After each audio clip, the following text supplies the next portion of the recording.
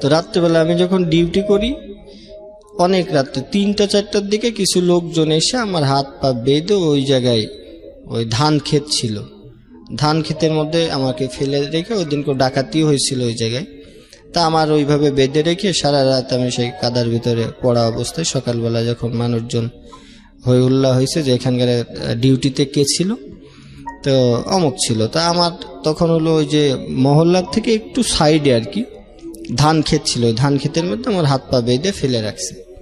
তো সকালবেলা লোকজন গিয়ে আমাকে তখন উদ্ধার করে। তো প্রথমে আপনার নামটা একটু বলেন। আমার নাম হলো S.A. লালন। S.A. লালন। S এতে কি হয়? S.A. শেখ। S.A. শেখ। আচ্ছা, তো শেখ লালন, জন্ম জেলা? আমার হোম ডিস্ট্রিক্ট হলো চুয়াডাঙ্গা। চুয়াডাঙ্গাতে। আচ্ছা, এখন তো আপনি ঢাকাতেই থাকেন? হ্যাঁ, আমি এখন ঢাকাতে আছি। লালন ভাইকে আমি চিনি টেলিভিশনের থ্রুতে। আমি সকালবেলা একটা অনুষ্ঠান করি মাছরাঙা টেলিভিশনে, এবং সেখানে তাকে আমি পাই। আমার মনে হয়েছে যে রেডিও লিসনার যারা আছেন তার গল্পটা জানা উচিত। তো লালন ভাই, আপনার রেডিওতে প্রথম আসা? জি, আমার প্রথম আসা। ওই দিন টেলিভিশনও প্রথম ছিল? জি। আচ্ছা, আশা করি যে বাংলাদেশের মানুষ একটা সময় আপনাকে চিনবে এবং জানবে। আমরা শুরু করতে চাই একেবারে ছোটবেলা থেকে, যেখান থেকে আপনার গল্প বলার ধরন খুব ভালো। তো আজকে একেবারে মনোযোগ দিয়ে শুনবো। আমি নিজেও কমপ্লিট স্টোরি জানি না, বাট আমি যতটুকু জানি আমার কাছে মনে হয়েছে যে ইউ আর দ্য বেস্ট। ওকে, শুরু করেন আপনি। আমার হোম ডিস্ট্রিক্ট হলো চুয়াডাঙ্গা। আমি একদম একটা পাড়াগাঁয়ে জন্মগ্রহণ করেছি। তো সেখানে আমার পড়ালেখা বাবা মার সহযোগিতায় আমি ক্লাস 5 পর্যন্ত পড়েছি। তো তখন আমার অনেক স্বপ্ন ছিল, আমি ডাক্তার হব। আমি প্রাইমারি স্কুলে ফার্স্ট বয় ছিলাম, প্রথম থেকে একদম প্রাইমারি পর্যন্ত, ক্লাস 5 পর্যন্ত আমার রোল 1 ছিল। তো ওখানে ওই সময় আমি বৃত্তি দিয়েছিলাম। এরপর পরেই হয়তো বাবা মার আর্থিক অনটনের কারণে আর আমার বাবা মা পড়ার সহযোগিতা করে নাই। বাবা কি করতেন? কৃষিকাজ? হ্যাঁ, বাবা কৃষিকাজ। আপনি পরিবারের বড় সন্তান ছিলেন? না, আমি 3 নাম্বার ছিলেন। আপনার বড় কি 2 ভাই না বোন? সবার বড় হলো বোন, তারপরে ভাই, আচ্ছা, তারপরে আমি। তো এত ভালো স্টুডেন্ট থাকার পরেও আপনার পড়াটা কি হঠাৎ করে বন্ধ হয়ে গেল? বন্ধ হয়ে গেল, ফ্যামিলির অনেক অভাব অনটন ছিল। আচ্ছা, তো তখন আমাকে একটা রেস্টুরেন্টে কাজে দিয়ে দেওয়া হয় আর কি। তো আমার বাবাই আমাকে ওই হোটেলে কাজে দিয়ে আসে। তো আমার ভালো লাগতো না, আমার ওই হোটেলের সামনে দিয়ে আমার বন্ধু বান্ধব স্কুলে যেত, আমার খুব কষ্ট লাগতো।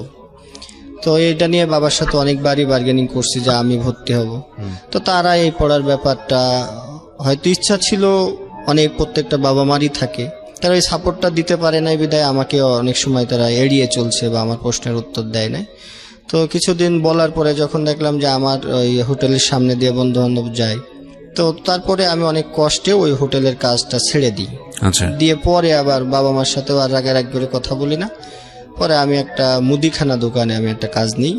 সেই মুদিখানা দোকানেও অনেকদিন কাজ করলাম, প্রায় 17-18 দিন। পরে সে মালিকের মন, যথেষ্ট পরিশ্রম করতাম যাতে আমার একটু পড়ালেখার সুযোগ দেয়। তো মালিক দেখলাম যে যতই কাজ করে আসলে তাদেরকে কাজ দিয়ে সন্তুষ্ট করা সম্ভব, অন্য কিছু সে আমাকে অন্যভাবে সুযোগ দেওয়ার কোনো কথা তাদের মাথার ভিতরেও থাকে না। আমি বলার পরে সে বললো যে না, এইভাবে তো আসলে হবে না, তুমি যদি এই স্কুলে যাও তাহলে তো আমার দোকান চলবে না। তো আমি বললাম আমার সপ্তাহে 1 দিন ছুটি, তো সেই ছুটিটা বললো যে শুক্রবারে তুমি ছুটি পাবা। আমি বললাম শুক্রবারে ছুটি পাইলে আঙ্কেল আমার তো আসলে, আমি একদিন স্কুলে যাইতে চাচ্ছিলাম, তো কি করব? না, এইটা আসলে আমরা কাজ, তুমি যদি ওইভাবে করতে পারো তাহলে করো, নইলে এখানে তুমি কাজ করতে পারবে না। সেখান থেকেও আমি সুযোগটা পাই নাই। তো ওখান থেকে আবার হলো আমি আমার এক বড় ভাইরে ধরে আমি হাই স্কুলে একটা ভর্তি হওয়ার চেষ্টা করলাম। সে ভর্তি করাই দিল, ক্লাস 6-এ আমাকে ভর্তি করাই দিয়েছিল। তো ভর্তি হইলাম অনেক আনন্দ নিয়েই। ভর্তি হওয়ার পরে প্রতিদিন যে ক্লাসে যাব সেই সৌভাগ্যটুকু আমার হলো না। সবাই যেত, প্রতিদিনের মতোই আমার কষ্ট লাগতো যে ক্লাসে যাইতে পারছি না, কাজ করব। কাজ তুলে আবার ওইদিকে বাসায়ও ওইভাবে দেখা যাচ্ছে সম্পর্কটা, আমি বাসার উপরে খুবই অভিমান আমার। আমি এখনো পর্যন্ত দীর্ঘ সময় পার হয়ে গেছে আমি বাসার সাথে যোগাযোগটা রাখি না ওইভাবে। তো তখন হলো বাবা মার ওই জিনিসটা বুঝতে পারতাম না, যে সবাই মনে হতো যে বাবা সবাই পড়তেছে, আমার বাবা মা কেন পড়াইতে পারতেছে না, সবারই তো বাড়িঘর আছে, আমাদেরও বাড়িঘর আছে, তাহলে আমার কেন পড়ার সুযোগটা হবে না। তো জিদ হলো যে না, আমি একা একাই পড়ালেখা করব। তো রেস্টুরেন্টে আবার ওই যে কাজ করতাম, কাজ করার পরে স্কুলে যাব এইভাবে একের পর এক দিন গুনি, আমার ওইভাবে যাওয়া হয় না। তো যদি কোনোদিন একটা সুযোগ পেতাম তো তখন স্কুলে যেতাম। তো গেলে দেখলাম সবার সাথে আমার আসলে ম্যাচ হয় না, কাউকে চিনি না, ক্লাসমেটদের টিচারদেরও চিনি না। তো হঠাৎ একদিন গেলে স্যাররাও অনেক ধরনের বাজে কমেন্টস করতো, আসে না। আর ওই সময় খুব মানে লজ্জা দিত, বেঞ্চের উপর দাঁড় করে রাখতো, কানে ধরে রাখতো, পড়ালেখা কোন পার্ট আছে সেটাও আমি জানতাম না। তো সব মিলাইয়া দেখা যাচ্ছে যে মানসিকভাবেও অনেকটা ভেঙে পড়তাম, যে না আবার পড়বো কি পড়বো না। ক্লাসে গেলে মন ভেঙে যায় যে পড়ালেখা করব না, আবার বাইরে আসলে আবার মনের ভিতরে উদয় হয় যে না আমি পড়ালেখা করব। তো এভাবে অনেক কষ্ট মষ্ট করে টিচারদের সাথেও সেমন আমার কমিউনিকেশনটা ছিল না, স্যারদের সাথেও ছিল না। পরীক্ষা দিতে গেলে নানা ধরনের প্রবলেম, স্যারদের চিনি না, ক্লাস টিচার যে ছিল তাদেরও চিনতাম না। তো সব মিলাইয়া দেখা যাচ্ছে যে আমি ক্লাস 6ও খুব কষ্ট মষ্ট করে পার করেছি। পরীক্ষার সময় গেলে স্যারদের নানান রকমের সমস্যা ছিল, যে ক্লাসে প্রেজেন্ট হয় না তার তো পরীক্ষা নেওয়া যাবে না। তো ওখানেও স্যারদের, হেডমাস্টার কতজনের কাছে যাব, এক কর্ম করি আবার পড়ালেখা চালাইতে যাই। আবার সবাই আসলে কি সমাজটাতে হয়ে গেছে যাদের ধনী লোকের অনেক ধরনের প্রবলেমই সহজেই সলভ হয়ে যায়। গরিব মানুষের আসলে কারো কাছে গেলেও মাথায় অনেকে হাত বোলাইয়া সান্ত্বনা দিয়ে দিচ্ছে যে দেখ পড়ালেখা না করে হাতের কাজ শেখ, এটা দিয়েও মানুষ অনেক কিছু করছে। তা বলতাম না আমি পড়ালেখাটা করব। স্যারের কাছে বলেছি এইভাবে, হয়তো সব স্যারই সুযোগ এইভাবে দেয় নাই। হেডমাস্টারদেরকে বলেও ওই আগে হলো সরকারি স্কুলগুলোতে নিয়মই আছে যে 80% যদি প্রেজেন্ট না হয় তাইলে ক্লাস যদি 80% প্রেজেন্ট না হয় তাহলে পরীক্ষাতে বসতে দেওয়া বা তার ছাত্রত্ব থাকে না। জি। তো সব মিলাইয়া ক্লাস 6 শেষ করার পরে 7-এ উঠলাম এইভাবে কষ্ট মষ্ট করে। তো তখন হলো আমি একটা ক্লাসের মধ্যে বা টিচারদের চোখে আমি একদম মার্ক হয়ে গেলাম যে এই ছেলেটা ক্লাস করে না, এই ছেলেটা ফাঁকিবাজ, এরকম সবার চোখে। বন্ধু বান্ধবের সাথেও ওইভাবে, ক্লাসে 2-1 বন্ধু বান্ধব ছাড়া আর কারোর সাথেই আমার পিছনে যার রোল হয়তো তারটাই আমার মনে থাকে বা তাকে আমি চিনি। আর অনেকের সাথে কন্ট্যাক্ট করলেও ওইভাবে হয়তো কেউ রেসপন্সও করতো না, চিনে না, সেইভাবে সবারই চাঞ্চলতা ছিল। একদিন গেলে আমার খুব খারাপ লাগতো।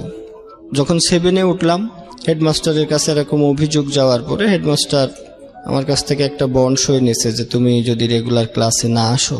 তো স্যারদের যে চিন্তাধারা ভুল ছিল সেটাও আমি বলবো না, হয়তো মনে করতো যে আমি আর 5টা ছেলে মেয়ের মধ্যে হয়তো স্কুল ফাঁকি দিতাম, কিন্তু স্কুলে যাওয়ার আমার একটা প্রচুর ইচ্ছা ছিল, কিন্তু আমি কোনোভাবেই এই দিনটাকে সামনে আনতে পারতাম না। কাজ করতে হয়, আর ওই সময় কাজের পরিমাণটা এত বেশি ছিল যে 8 ঘন্টা কি 10 ঘন্টা, সকালবেলা গেছি 8টার সময় দোকানে ঢুকলে পরেও 10টা বেজে যেত, কোনো ছুটির কোনো সুযোগ নাই।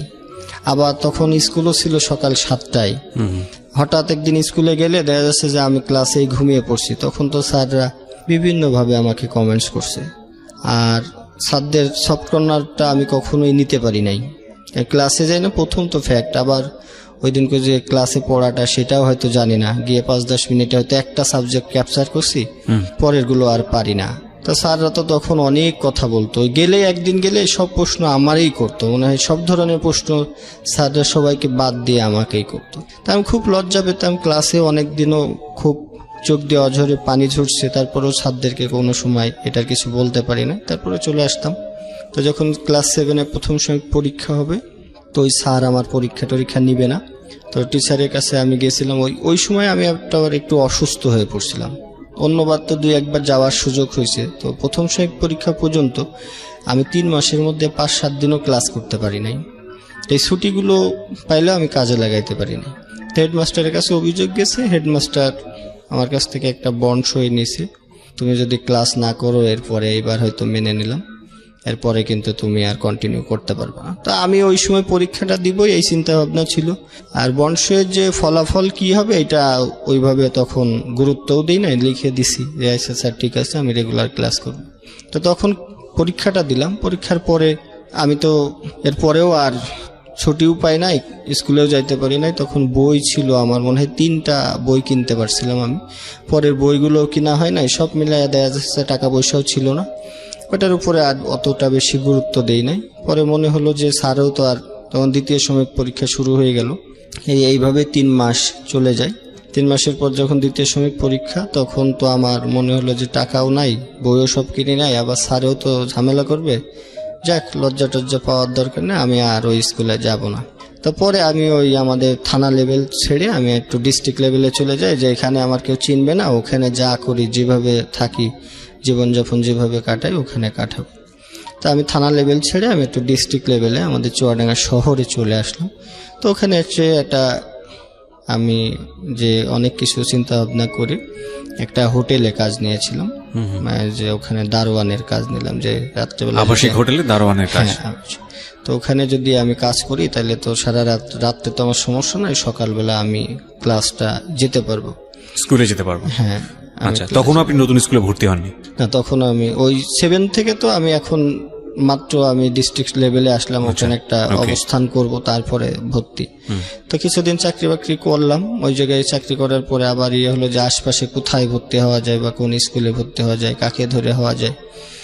তো কিছুদিন কাজ করার পরে ওখানেও একটা স্কুল খুঁজে বার করলাম, সেই স্কুলে কাজ ধরলে আমার ভর্তিটা সহজ হবে বা কেউ একটু আমাকে সহযোগিতা করতে পারবে।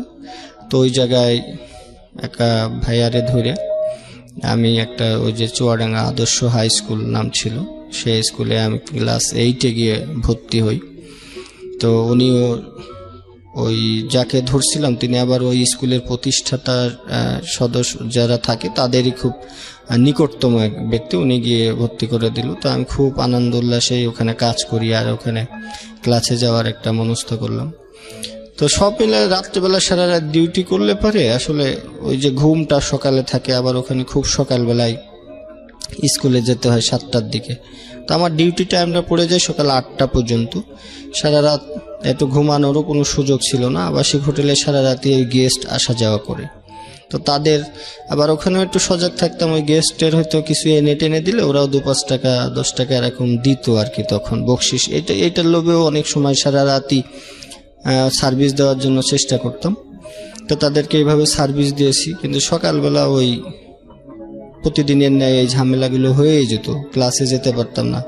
একটু দেখা যাচ্ছে যে 7:30 বা 7টায় ক্লাস শুরু হতো, আমার ছুটি হইতে হইতে 8টা 8:30। তো ওই ফার্স্ট যে ক্লাস টিচার, ওনার সাথে আমার পরিচয়টা খুবই কম হয়েছে। হয়তো গিয়ে শেষে 2-3টা ক্লাস করতে পারছি, আবার এখান থেকে চলে আসছি। এইভাবেই আমার অনেক সময় কেটেছে। তো প্রায় যখন 8টা আমি ওখানে কাজ দারোয়ান এর কাজ করা অবস্থায় আমি ওই জায়গায় ক্লাস 8 শেষ করলাম। শেষ করার পরে ওখানে আমাদের কিছু বন্ধু বান্ধব তৈরি হয়, তখন আমার ভিতরে আবার ওই যে খেলাধুলার একটা প্রবণতা তৈরি হয়। তো বন্ধু বান্ধব যখন ক্লাসে তৈরি হয় বা আমি যে মহল্লাতে থাকতাম সারাদিনই হয়তো ওখানে রাত্রে ডিউটি করতাম, দিনে ওই ক্লাসের পরেও তো কিছু সময় থাকতো। তো যখন বন্ধু বান্ধব তৈরি হয়ে গেল তখন মনে হইলো যে মন মানসিকতাটাও অনেক বেশি নষ্ট হয়ে যায়, খেলতে পারি না বা তাদের সাথে আড্ডা দিতে পারি না। তাদের সাথে আড্ডা দিলেও শহরের ফ্যামিলির লোকজনগুলোর মন মানসিকতা কেমন যেন একটু, এমন বন্ধু বান্ধব কারো বাসায় তো আমি কোনোদিন যাই নাই, কারো বাসায় খাইতেও যেতাম না। তাদের সাথে খেলতাম, অনেক বাবা মাই তার বন্ধু বান্ধব যারা ছিল তাদেরকে বকাঝকা করছে যে ওই ছেলে হোটেলে কাজ করে, তোদের কিসের বন্ধু বান্ধব, হ্যাঁ ওর সাথে মেশা যাবে না। হয়তো যারা ছিল তারাও তো আমার মতোই, হয়তো বাবা মার কথা যারা না মানছে, মারধর খাইছে, এটা আবার কানে আসছে, তখন তাদেরকে এড়িয়ে চলতাম, ওর সাথে মিশবো না। তো আমি একটু খেলাধুলায় ভালো ছিলাম, সেই হিসাবে তাদের প্লেয়ার শর্ট পড়লে আমাকে ডেকে নিত। তো তারপরেও কোনোদিন কারো বাসায় যাই নাই, অত অনেক অনুষ্ঠানও হয়তো করছি, কারো বাসায় যেতাম না। সবারই তো তখন কৌতূহল ছিল, চল যাই। আমি না, তোর বাসায় যাবো না, তোর আম্মা পছন্দ করে না এটা সেটা। তো এভাবে পড়ালেখা চালাইছি, তাদের সাথেও কম বেশি চলছি, ওখানে কাজ করছি। তো যখন এরকম বেশি চলাচল হয়ে গেল তখন ওই কিছু সময় হলো ডিউটি ফাঁকি পড়ে যেত। আচ্ছা। তো সেখান থেকে মালিক পক্ষ আমাকে বাদ দিয়ে দেয় যে না তোমার আসলে, আর ওই ওখানে কাজের ফাঁকে তখন ওই পোলাপানও চলে আসতো সেই হোটেলের কাছে যে চল খেলতে যাই।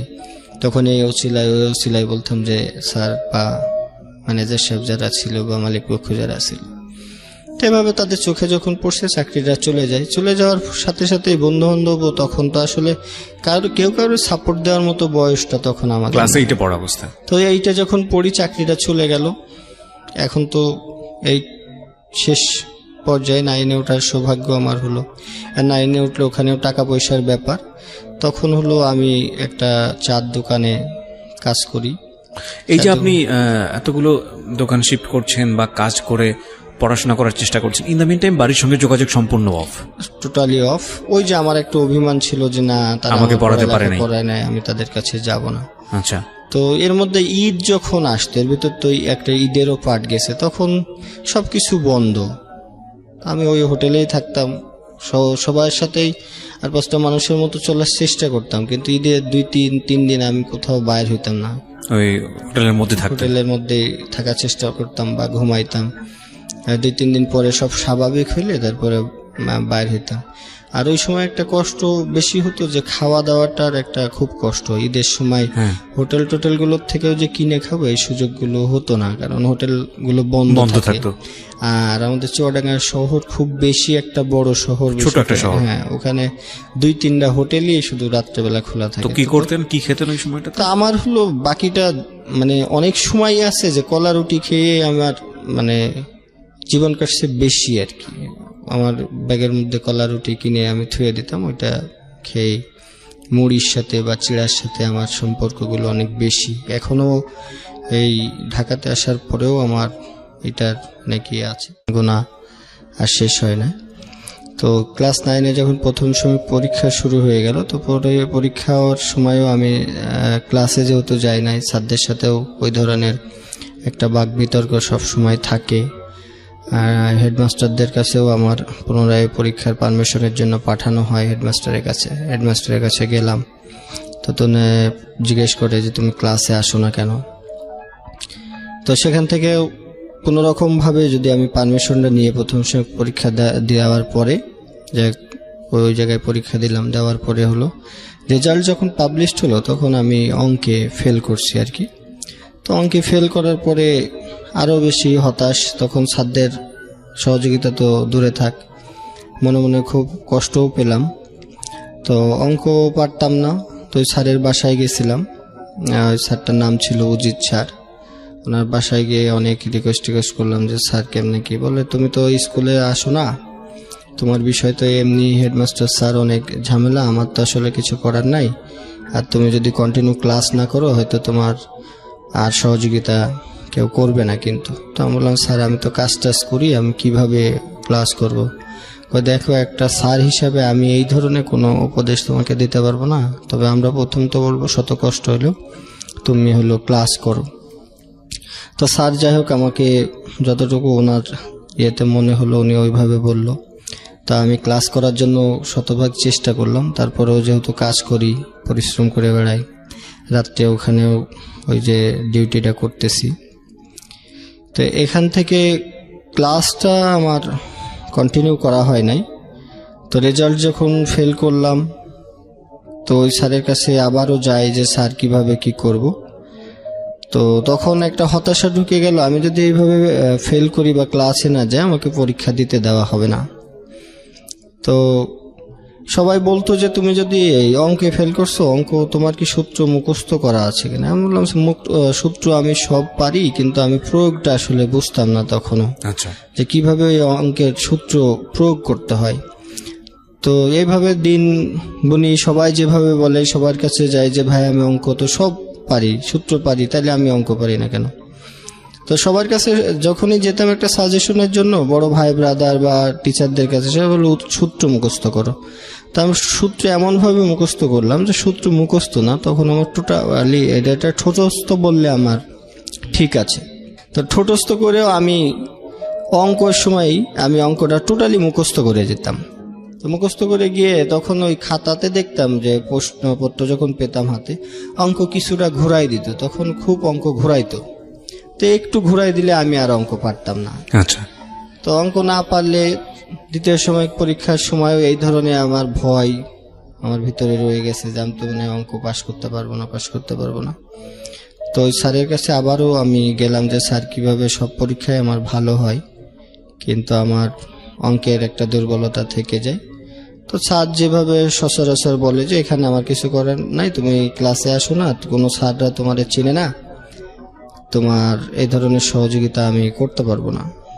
তো তা আমি বললাম স্যার আমাকে যদি একটু পড়ান তাহলে আমার জন্য খুব ভালো হয়, ক্লাসে আসতে হবে। আর শুধু এবার প্রাইভেট পড়েই যদি সবাই পড়ালেখা করতো তাহলে স্কুল কলেজগুলো কেন হয়েছে? সবাই ঘরে বসেই যদি পড়ালেখা করতো তাহলে এত কোটি কোটি টাকা খরচ করে স্কুল কলেজ ভার্সিটি হয়েছে, ওটা হবে না।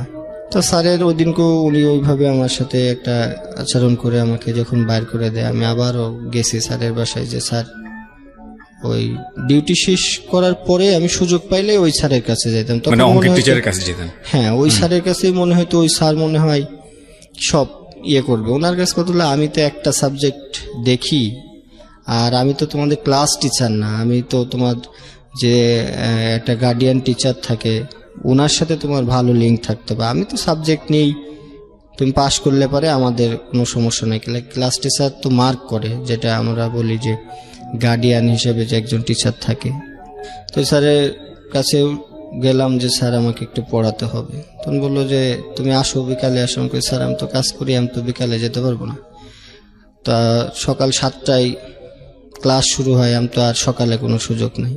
তখন বললো তুমি একটা কাজ করতে পারো, যদি আমি ফজরের নামাজের পরে আমি কিছুক্ষণ ক্লাসরুমে বসে থাকি, ওনার যে কিছু পোলাপান পড়াইতো সেটা ওনার বাসাতেই, ওনার বাসার নিচতলায়। তো উনি নামাজ পড়ার পরে আর উপরে যায় না, বল যদি তুমি নামাজ পড়ার পরে আসতে পারো। এটা অনেক রিকোয়েস্ট করার পরে রাজি হলো যে ঠিক আছে তুমি তাহলে নামাজের পর পরে আসো, আমি তোমাকে কিছুদিন দেখাই দিব। তো যাক, আল্লাহর রহমতে উনি রাজি হলো। আমিও ফজরের নামাজের পর পরে আমি চলে যেতাম, তখন অন্ধকার থাকতে থাকতে। তো স্যার 4-5 দিন যখন অঙ্ক করাই, তো আমার জিজ্ঞেস করলো তোমার সমস্যাটা কি, এই অঙ্ক তুমি হুবহুব তো পারতেছো। আমি কই স্যার অঙ্ক আমি পারা বলতে কি, আমি এই অঙ্ক সব মুখস্থ করে আসছি স্যার, আপনি যেটাই দেবেন আমার মুখস্থ।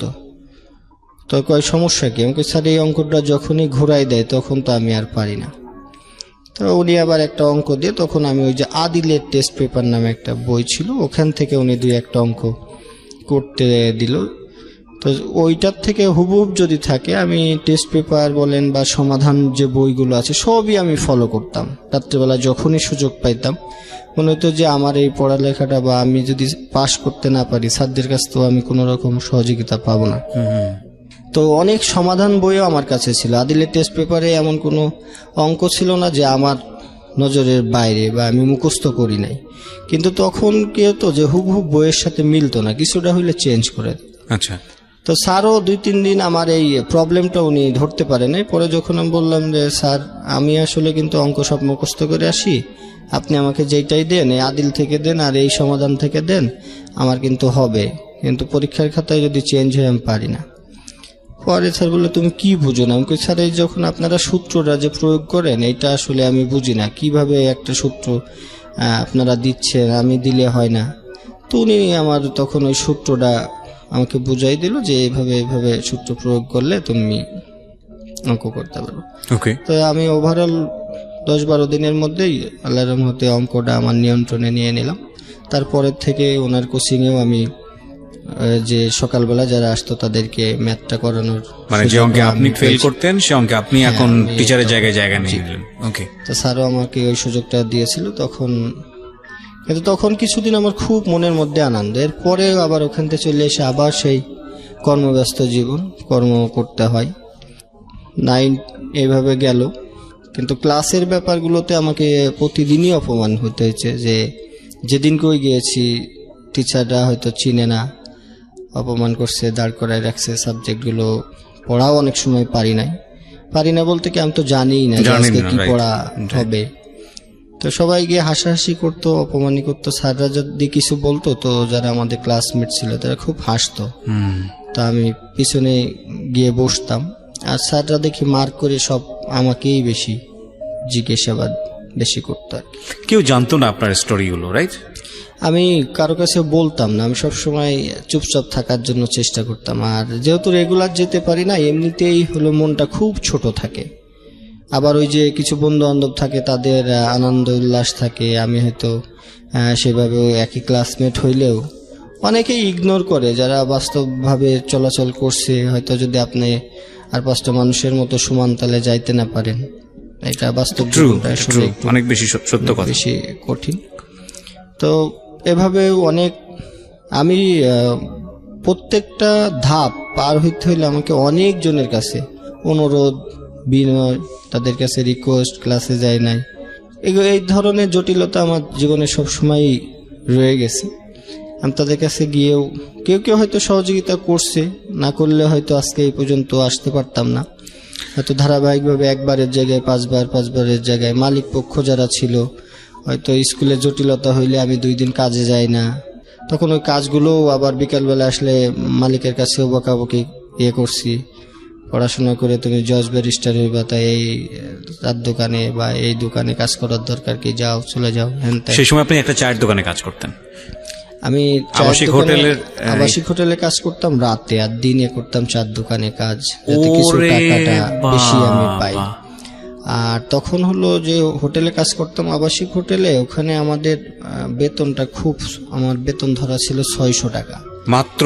হ্যাঁ, আর ওখানে যে হিসাবটা ছিল যে আপনাকে বাকিটা ওই যে যারা গেস্ট আসে তাদের কাছ থেকে যদি টিপস পান, ওইটাই আপনার সব। আর খাওয়া দাওয়ার কিন্তু সুযোগ নেই, তো ওখানে থাকার একটা ব্যবস্থা থাকে। তো এইটা করলে পরে ওই দেখা যাচ্ছে যে এদিকে ক্লাস শেষ করে এসেও তখন আবার অনেক করতাম যে আমাকে যেভাবে খাওয়ার টাকাটা অ্যারেঞ্জ করতে হবে। একটা হোটেল থেকে ভাত বা গেস্টের ভাত টাত কিনে আনলেও সেখান থেকেও যদি থাকে সেসব খাবারও রেখে দিয়েছি, খেয়েছি। তো যখন এইভাবে নাইনের ফাইনাল পরীক্ষা হয়ে যাবে, ফাইনাল পরীক্ষার পরে 10-এ ওঠার সময় আমার ক্লাসের যে প্রেজেন্টের যে বিষয়গুলো, অ্যাটেন্ডেন্সগুলো স্যারদের নলেজে গেছে, বা হেড স্যার উনি আমাকে ডাকায় বললো যে তুমি কিন্তু কোনোভাবেই ক্লাস যদি 10-এ তুমি না করো, তুমি কিন্তু পরীক্ষা দিতে পারবা না। তো পারবাই না, উনি গ্যাস স্যার। তো এর আগে হলো ওই যে আমার এই ক্লাস 9 পর্যন্ত আমাদের আরেকটা টিচার ছিল, উনি অতটা বেশি অ্যাটেন্ডেন্সের উপরে গুরুত্ব দেয় না। তো ক্লাস 10-এ যখন উঠি তখন গিয়াস স্যার নামে একজন স্যার ওখানে আসলো। উনি প্রথম এসে অনেক বেশি মানে পুরা স্কুলের একটা ডিসিপ্লিন চেঞ্জ করার বা পড়ালেখা ভালো করার একটা উদ্যোগ নিল। আচ্ছা, নেওয়ার পরে আমি যখন এই 10-এ উঠলাম, আমার তো ক্লাসে যাওয়ার কোনো সুযোগ হলো না। তো এইভাবে প্রথম সময় পরীক্ষা হলো, দিলাম। সেখানেও হয়তো স্যার যারা ছিল তারা হয়তো একটু সফট কর্নার দেখাইলো বা গিয়ে কোনো রকম পরীক্ষাটা দিয়ে আমি চলে আসছি। কিন্তু যখন ফাইনাল পরীক্ষা, আমাদের যেটা টেস্ট পরীক্ষা বলে, ওই সময় গিয়ে আমারে টোটালি আটকাই দিল স্যার। কি জন্য? ওই যে স্কুলে আমার যাতায়াত নাই, উনি কোনো রকম ভাবেই আমাকে টেস্ট পরীক্ষায় বসতে দিল না। বসতে না দেওয়াতে আমি 3 দিন ওনার বাসায় গেছি যে স্যার আমি কাজ করি, আমার এরকম ওনার পায়ে পর্যন্ত ধরেছি, উনি আমাকে কোনোভাবেই সেই টেস্ট পরীক্ষা উনি আমাকে দিতে দেয় নাই। তো উনি দিতে দেয় নাই।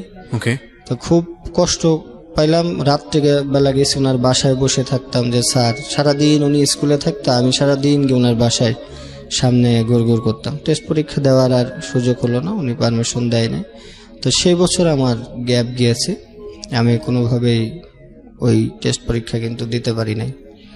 তো একটা বছর আমার হয়তো বড় হওয়ার সাথে সাথে ওই স্যারের প্রতি শ্রদ্ধা আছে না রাগ আছে না ক্ষোভ আছে আমি হয়তো বলতে পারবো না। ওনার সাথে অনেক কথা বলেছি যে নিয়ম নেই, আমি এই পর্যন্ত বলছি যে স্যার নিয়ম তো মানুষের তৈরি করা, মানুষকে তো নিয়ম তৈরি করে নেয়। আপনি যদি একটু সহযোগিতা করেন, আমি পরীক্ষা করে তুমি ক্লাসে আসো না, ভালো ভালো যারা রেগুলার ক্লাসে আসে তারাই পাশ করতে পারে না, তোমার পরীক্ষায় আমি দিয়ে আমার স্কুলের দুর্নাম, এগুলো দরকার নেই।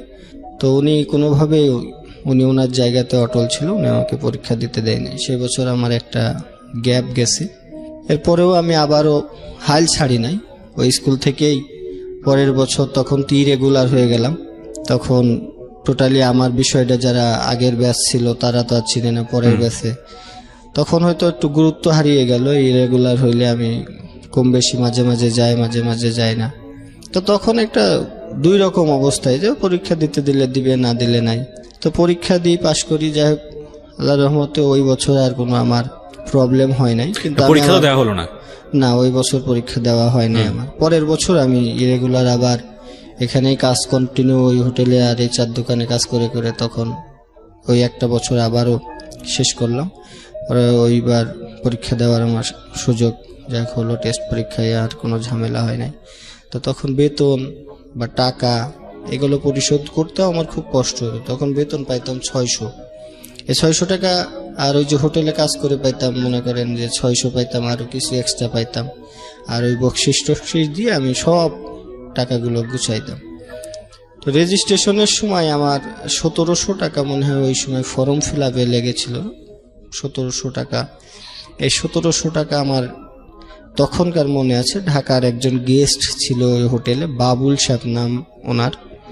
উনি ওই সারাদিন মালিক যখন বকাবকি করতো, উনি প্রায় আমাদের রেগুলার গেস্ট ছিল। আচ্ছা। তো তখন উনি বললো যে এই ছেলেটাকে বকাবকি করেন কেন?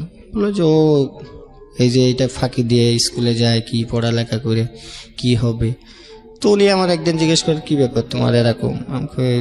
তখন আমি ওনাকে মামা বলতাম, যে মামা আমি একটু পড়ালেখা করতে চাই, এখন এই যে টাকা লাগবে, এই জন্য আমি দিনে আবার একটু চার দোকানে কাজ করি, তো ওখান থেকে কিছু টাকা পাই, সব মিলাইয়া দেখা যাচ্ছে সময় পাই না। এখানে আসলে ওই ঘুমাই যাইতাম। এখানে সারা রাত ডিউটি করার পরে চার দোকানে ডিউটি করলে আবার দিনে আমি একটু ঘুমাই গেলে পরে, তো এই জন্য মালিক পক্ষ আমাকে একটু বকাবকি করে। তো তখন হলো বাবুল সাহেবের কাছ থেকে উনি আমাকে প্রায় 400-500 টাকা সাহায্য করলো, যে ঠিক আছে তুমি পড়ালেখার জন্য। তো উনি যেহেতু আমাদের রেগুলার গেস্ট ছিল, তো উনি আবার একটু মালিককে বলে দিল যে পড়ালেখা করতে চায়, ওর একটু সুযোগ দেন, একটু কি হয়। তো যাক, ওনার মুখের কথা রক্ষার্থে হয়তো ওই সময় আর মালিক পক্ষ কিছু আমাকে বলে নাই। তো উনি দিয়ে আমি ফর্ম ফিল আপটাও করলাম, করার পরে পরীক্ষা দিলাম। তো ওই সময়ও মালিক পক্ষ বা যখন আমি এখান থেকে পরীক্ষা দিতে যাইতাম, আমাদের সাথে যারা আরো ডিউটি করতো সবাই টিটকারি করতো, উপহাস করতো, হ্যাঁ পরীক্ষা দিতে যাচ্ছে, পোলাপান রেগুলার পড়ালেখা করেই পাশ করতে পারে না। তো যাক, আল্লাহর রহমতে ওইবার আমার সাথে যারা আমার পরিচিত বন্ধু বান্ধব বা এপারে ওপারে যারা ছিল, সবার চেয়ে আমার রেজাল্টটা অনেক বেশি ভালো হয়েছে। তো রেজাল্টের দিন আমি স্কুলে যাই নাই, আমি একটা মাঠের ভিতরে, ওটা একটা ধান ক্ষেত বলে আর কি, সেখানে আমি শুয়েছিলাম একটা গাছের নিচে। তো এক বন্ধুরে পাঠিয়েছিলাম যে আমার রেজাল্টটা যদি হয় তো আমাকে জানায়। তো তখন ও একটা শিট নিয়ে আসছে, তো খুব ও আনন্দ উল্লাসে এসে বললো যে লালন তুই পাস করছস, এই তোর রেজাল্ট। তো আমি ওই স্কেল দিয়ে আমি ওইটা দেখতে গিয়ে আমার হাতটা একটু কেঁপে গেছে, নিচে দেখি যে ফেল লেখা রয়েছে। তো পরে আমি ওর ওপর অনেক রাগারাগ করছি, কিন্তু পরে ওরে আমি একটা লাথি মেরে ফেলেও দিছিলাম ওকে। তো পরে বললো যে না তুই পাস করছিস দেখ। তো যাক, পাস করার পরে দেখলাম যে না আমি পাস করছি। তো তখন অনেক বেশি মনে মনে খুশি হইলো, এই খুশিটা যে আমি কারো কাছে গিয়ে জানাবো বা এরকম, হয়তো ওর কাছ থেকে ওর সাথে একটু আনন্দ উল্লাস যা করলাম। পরে আমি আমার ওই হোস্টেলে ফেরত আসলাম। ফেরত আসার পরে মনস্থির করলাম যে আমি ঢাকাতে চলে যাব। তো স্কুলে খোঁজ নিলাম যে কতদিন পরে আমি মার্কশিট এগুলো পাবো। তো মিনিমাম 10-15 দিন সময় লাগবে। তো তখন আমার একটা ফ্রেন্ড ছিল ওখানে, একটা ওই হোটেলের পাশে একটা ছোট মসজিদ ছিল, মসজিদের মুয়াজ্জিন। তো আমি ওর কাছে বললাম যে বন্ধু এরকম আমি আর কাজ টাজ করবো না, আমি ঢাকায় চলে যাব। তো ওর কাছে কিছুদিন থাকলাম, তখন নামাজ কালামও পড়তাম ওর সাথে থেকে, সবসময় নামাজ টামাজ পড়তাম। 10-15 দিন অপেক্ষা করে ওর কাছ থেকে ওই স্কুল থেকে আমি মার্কশিটগুলো সংগ্রহ করে আমার মনস্থ হলো যে আমি ঢাকাতে চলে যাব। তো ঢাকাতে চলে যাব, ঢাকা তো আমি চিনি না, ঢাকাতে কিভাবে যাব। তো ওইটা আমাদের পাশেই চুয়াডাঙ্গা রেল স্টেশন। রাত্রেবেলা অপেক্ষা করতেছি, তো দেখতেছি যে কোন দিকে সবাই, তখন শুনলাম যে ইন্টারসিটি একটা ঢাকা ট্রেন যাবে, সেই ট্রেনে। তো কোন দিক দিয়ে যাব, কোন দিকে যাব। তো দেখি যে এক ভদ্রলোক তার বন্ধুকে বলতেছে, বন্ধু আমি ঢাকায় চলে যাচ্ছি, ট্রেনে আসার সময় হয়ে গেছে, তোর সাথে আবার পরে কথা। তো তখন আমি তাকে ফলো করলাম, যে লোক যেখানে যেখানে যাবে আমি তার পেছনে ছাড়বো, যেহেতু সে ঢাকায় যাচ্ছে শুনলাম। তো রাত্রেবেলা উনি যে ট্রেনে উঠছে আমি সেই ট্রেনে উঠে চলে আসছি। তো যখন ওই যে চেকাররা আসে, তখন যখন চেকার আসে, ওই লোক আবার ছিল ওই ট্রেনেরই কোনো টিটি বা এরকম কেউ। উনি যখন বসেছিল আমি আবার ওনাকে ফলো করে ওনার পাশে বসছি বিদায় আমার হয়তো টিকিটটা এত বেশি চেক করে নাই। ওনার পাশে ছিলাম আমি, ওনার সাথে কম বেশি কথা বলতেছিলাম। তো চেকার যখন আসছে ওনাকে দেখে আর ওনাকে কিছু বলে নাই। তো আমি কমলাপুর স্টেশনে রাত্রেবেলা পৌঁছাইলাম, সকালের দিকে পৌঁছাইছি মনে করেন 6টার দিকে মনে হয় এরকম হবে। ওকে। তা আমি নামার পরে ওই জায়গাটা আমি ওই যে আগে সিনেমা কম বেশি দেখতাম যেহেতু, তো দেখলাম যে এখানে এটা তো আমরা সিনেমাতে দেখছি এই কমলাপুর স্টেশনে অনেক শুটিং টুটিং হয়। তো সেই জায়গাতে নামলাম, নামার পরে আমি ওই আমার পিছনে একটা লম্বা ব্যাগ ছিল আর কি, ব্যাগের মধ্যে আমার কিছু কাগজপাতি জামা কাপড় ছিল, ওইটা রেখে আমি একটু ঘোরাঘুরি করতেছি, এর মধ্যে এসে দেখি যে আমার ব্যাগটা নাই। তো ব্যাগটা নাই, অনেক খোঁজাখুঁজি করার পরে তখন খুব কষ্ট লাগলো। তখন আমার কাছে মাত্র 33 টাকা মতো রয়েছে। এই 33 টাকা নিয়ে আমি সামনে অনেকক্ষণ হাঁটলাম, হাঁটাহাঁটি করলাম, অনেককে জিজ্ঞেস করলাম ভাই একটা ব্যাগ দেখছো এখানে? কেউ দেখলাম যে আমার কথাবার্তায় সুযোগ, সেটা আমার জীবনে প্রথম ঢাকাতে আসা, আর মানুষের প্রতিও আমার ওই ধরনের ধ্যান ধারণাও নাই। তো তখন এখানে নেমে আমি হলো বাইরে বাইর হইলাম, যে স্টেশনের পরে যে রিক্সা নেওয়ার চেষ্টা করলাম যে আমি তো কোথায় যাব। তো ওই যে হোটেলে থাকাকালীন সময় এক ভাই ছিল, উনি বলতো যে ওই যে আমাদের ওই হোটেলের গেস্ট হিসাবে যেত, তো বললো যে তুমি যদি কখনো ঢাকায় যাও তাহলে আমার কাছে যে, আমার নাম অমুক, আমার বাসা ঢাকা সাভার স্মৃতিসৌধের ওখানে। যেমন হোটেলে কাজ করলে অনেকের সাথে পরিচয় হইলে যেটা হয় আর কি, যে তুমি যাও ঢাকাতে গেলে আমার সাথে দেখা করো এরকম ইত্যাদি ইত্যাদি। তো আমি হলো ওখান থেকে রিক্সা নেওয়ার চেষ্টা করতেছি যে ভাই আমি সাভার যাব। দেখি সব রিক্সাওয়ালারা আমার মুখ পানে তাকায় আর হাসে। তো এর মধ্যে 2-3 জন দেখার পরে একজনকে জিজ্ঞেস করলাম যে ভাই কেমনে কেমনে, বলে সাভার তো এখান থেকে অনেক দূর, তুমি এখানে যেতে পারবে না, তুমি বাসে যাও। তো বাসে যাব, যে বাসে উঠি আমাকে নামাই দেওয়া হয়, যে বাসে উঠি আমাকে নামাই দেওয়া হয়। কেন নামাই দেওয়া হচ্ছে? যে ওই যে এক একটা রুটের তো এখন বুঝি যেটা যে এক একটা ঢাকা শহরে তো এক একটা রুটের আলাদা বাস। তা আমাকে বলে দিছে এইদিকে যাবে, আমি সব যে বাসই পাই সেটাতে উঠে যাই। তো একসময় ওই কন্ট্রাক্টরের সাথেও চিল্লাচিল্লি লাগাই দিছি, ভাই আমাকে নামাই দেন কেন, আমি তো ভাড়া দিব। তো অনেকেই যেভাবে তাকায় আর কি যে এটা কোত্থেকে আসছে, কি আসা এই বিষয়। এর মধ্যে বাসের একজন লোক বললো যে ভাইয়া আপনি যেখানে যাবেন সেই বাসের সামনে দেখেন সাভার লেখা আছে। তা আমি দেখলাম অনেকক্ষণ দাঁড়ায় রয়েছি, কোনো বাসে সাভার লেখা নাই দেখি। এরপরে একজনকে জিজ্ঞেস করলাম যে ভাই আমি তো সাভার যাবো কিভাবে? বললো যে ওই যে আপনি মতিঝিলের ওইদিকে শাপলা চত্বর একটা জায়গা আছে এরকম নাম বললো, যে ওখান থেকে যান, ওখানে সাভার যে যাবে বাস। তো গিয়ে আমি ওখানে দাঁড়াইলাম, যে দেখি যে বাসের পিছনে বা সামনে সাভার লেখা আছে সেই বাসে আমি একটা, তখন সাভার তো বলতে আমরা যেটা বুঝি, আমি ওই বাসে উঠলাম, উঠে তার সাথে কথাবার্তা, যে এখন ভাড়া দিব কত চাই না বেশি চাই, আমার মনের মধ্যে একটা টাকাও বেশি নাই। তো অনেকের ফলো করতেছি যে কে কত দেয় আমিও সেটা দিব। তো তাকে জিজ্ঞেস করলাম, সে আমার কাছে কয় টাকা যেন রাখছিল। তো রাখার পরে এবার সাভার গিয়ে নামলাম। সাভার গিয়ে এখন মনে আছে আমার রাজ্জাক প্লাজার সামনে গিয়ে আমাকে নামাই দেওয়া হলো।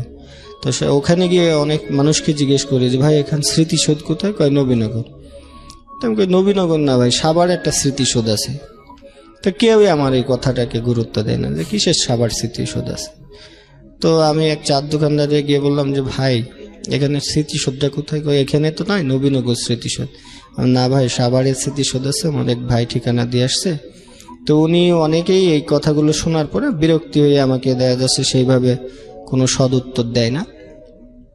তো চার দোকানদারের কাছে গেলেও সে এক কাপ চা খাইলে হয়তো সে আমার কথা শুনবে। আমি ওনার কাছে একটা চা খাইলাম, খাওয়ার পরে আস্তে করে জিজ্ঞেস করলাম যে ভাই এরকম আমি খুব বিপদে আছি, আমার ভাই একটা ঠিকানা দিয়ে আসছে এরকম সাভার স্মৃতিসৌধের পাশে তার বাসা, আমি এখন যাব। তখন বেলা 2টা বেজে গেছে, আমার খুব ক্ষুধাও লাগছে, সারা রাত না খাওয়া ছিলাম। তখন বললো যে দেখো ভাই এখানে সাভার স্মৃতিসৌধ বলে কিছু নাই, ঢাকার বাইরে যারা যায় তারা মূলত ওই স্মৃতিসৌধকে সাভার স্মৃতিসৌধই বলে। তুমি এখান থেকে বাসে উঠে নবীনগর যাও। তা আমি ওনার কথা মতো বাসে উঠে সেই নবীনগর স্মৃতিসৌধের ওখানে গেলাম। গিয়ে ভাই যে তথ্যটা দিয়ে আসছিল ওনার উপর আমার ভরসাটা ছিল যে ওনার বাসায় গিয়ে অন্তত উনি যেহেতু ঢাকার থেকে ওখানে যাওয়ার পরে খুব ভালোবাসতো, তা উনি যেভাবে ঠিকানা দিয়ে আসছিল যে সাভার স্মৃতিসৌধের পাশে একটা গলি আছে, সেই গলির পাশে ওনার বাসা। তা আমরা যেহেতু পাড়া গায়ে বড় হয়েছি, তা আমরা মনে করছি যে নাম বললেই হয়তো চিনবে বা বাসা একটা সবাই চিনার কথা। তো গ্রামের যে মন মানসিকতা আমার সেটাই ভিতরে রয়েছে। যে ওখানে গিয়ে দেখলাম যে পুরা আশপাশে কোনো বাড়িঘর নাই, কোনো রাস্তাঘাট নাই। তো সন্ধ্যা হয়ে গেল, খুঁজতে খুঁজতে আর তার অপেক্ষায় আবার স্মৃতিসৌধের সামনে অনেকক্ষণ অপেক্ষা করলাম যে যদি তাকে দেখতে পাই। অনেকটা জিজ্ঞেস করলাম, উনি যে ঠিকানা দিছে সেই ঠিকানার সাথে মিলেও না। এরকম করতে করতে সন্ধ্যা যখন হয়ে যায় তখন তো স্মৃতিসৌধের ভিতর থেকে বাইর করে দিল। বাইর করে দেওয়ার পরে এখন কোথায় যাব? সেদিন সন্ধ্যার পর পরে আবার বৃষ্টিও নামছে। নামার পরে আমি তো আর টাকাও আমার কাছে নাই। ওখান থেকে আমি হাঁটতে হাঁটতে হাঁটতে হাঁটতে একদম সাভারে আসলাম, রাজ্জাক প্লাজার এই জায়গাতে আসলাম। তখন রাত্র প্রায় 12টা বাজে। তো ওখানে এসে আমি রাজ্জাক প্লাজার সামনে একটা বেঞ্চেতে বসেছিলাম। তো বসে থাকার পরে আমার ওখান থেকে দারোয়ানরা আমারে উঠাই দিল যে এখানে বসা যাবে না।